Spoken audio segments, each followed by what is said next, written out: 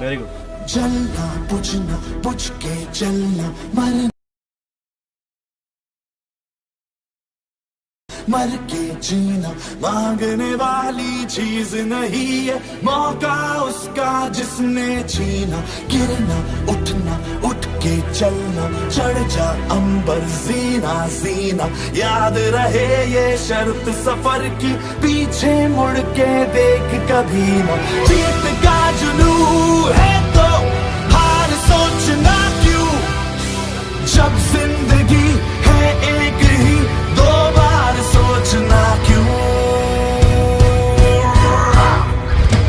मैं परिंदा क्यों बनूं, मुझे आसमां बनना है। मैं एक पन्ना क्यों रहूं, मुझे दास्तां बनना है। मैं परिंदा क्यों बनूं, मुझे आसमां बनना है।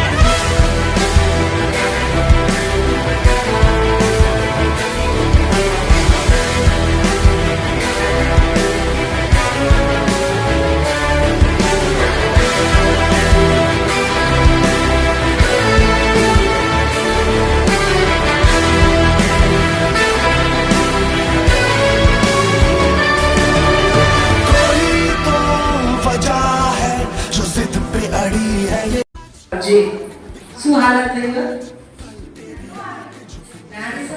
મેં તો જીદ કરી તારે આવવું જ પડશે, હું કઈ જાણું નહીં.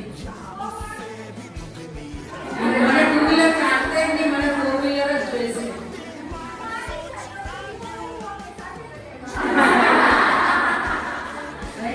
અત્યારે આવડે છે એટલે કદાચ એ સમયે રિયલમાં ના આવડતું હોય અને કોઈ પેલી વઢિયારી સાસુ જેવી સ્ટ્રિક્ટ કોઈ હોય તો ટેન્શન આવે ને નહીં. આ જે બેટોને નથી આવડતું અને કોઈ મારા જેવું રિયલ આવીને કે મને बनना है। मैं परिंदा क्यों बनूं, मुझे आसमां बनना है।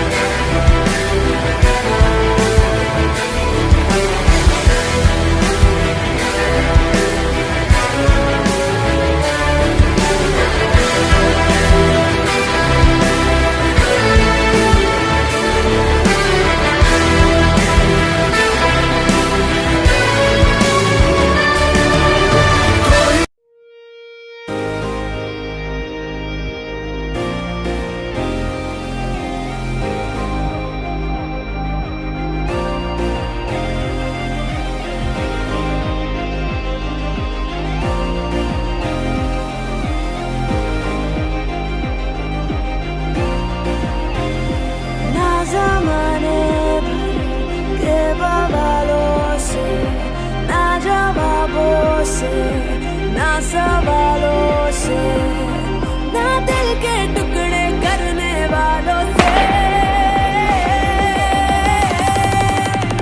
अब मैं खुद से लड़ गई हूँ, अब मैं हद से बढ़ गई हूँ।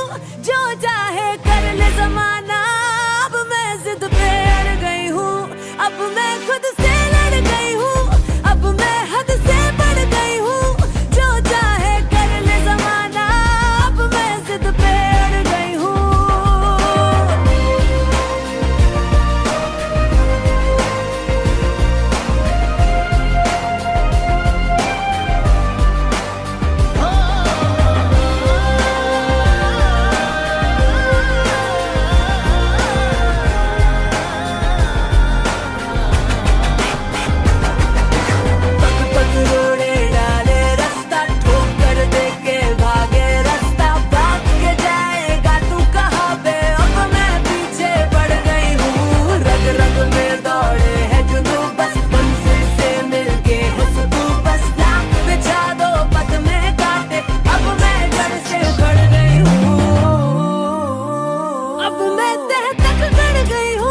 अब मैं सर पे चढ़ गई हूँ।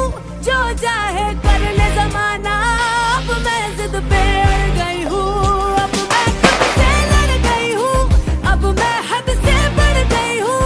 जो चाहे कर ले जमाना, अब मैं जिद पे अड़ गई हूँ।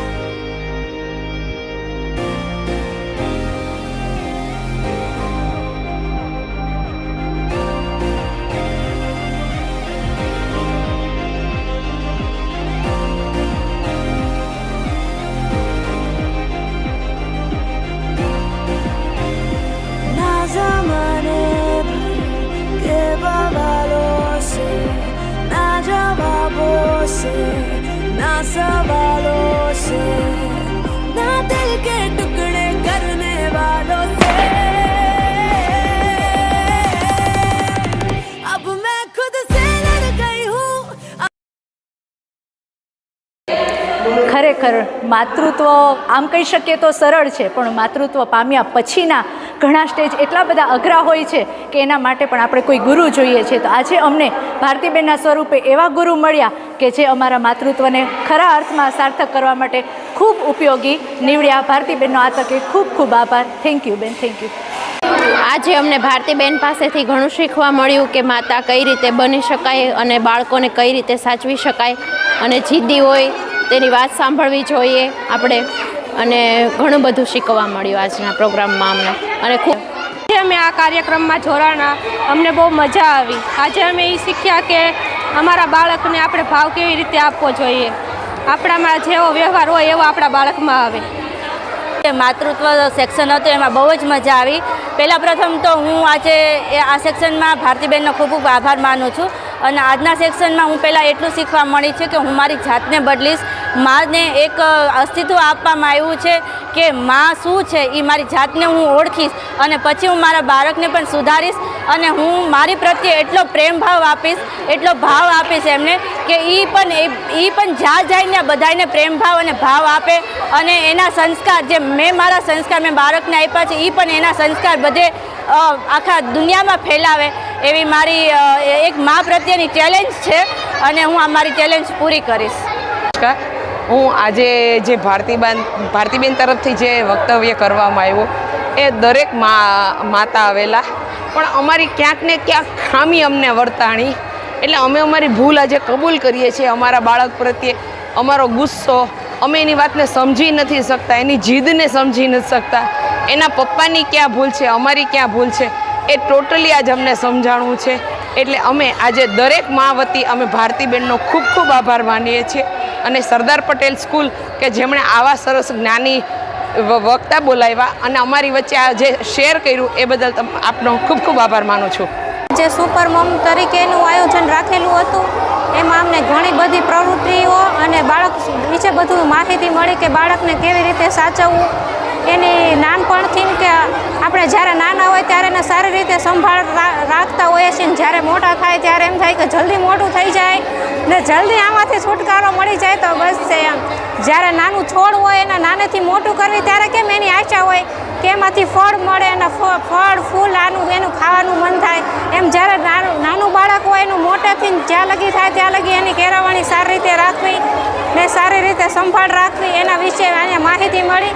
અને આજના જે હતા એ ભારતીબેને બહુ સારી રીતે અમને પ્રોત્સાહિત કર્યા કે કેવી રીતે મા બનાવી, કેવી રીતે એનું સંભાળ રખાય, કેવી રીતે એનું દેખભાળ રખાય, અને બાળકને કેવી રીતે એની ધીમે ધીમે એની કેળવણી કરીએ એમ.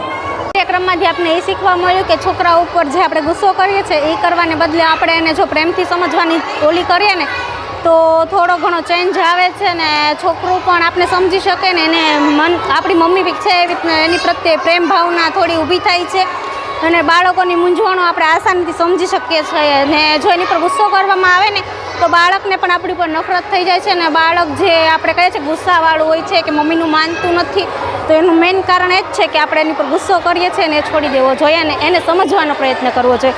આજના આ કાર્યક્રમમાંથી આપણે એ શીખવા મળીને એટલું બધું સારું લાગ્યું કે બાળકોને અમને કોઈ બાબતમાં ખબર નહોતી, પણ આજ એણે સમજાવ્યું એટલે અમને ઘણી બધી માહિતી મળી અને ઘણું બધું પ્રોત્સાહન મળ્યું, અને આગળથી એને જે નિયમ આપ્યા એ પ્રમાણે અમે પાલન કરશું તો બાળકમાં ઘણો ખરો સુધારો, ઘણું ખરું અમારામાં ઘણું ખરું ઓલું થઈ જશે. Thank you.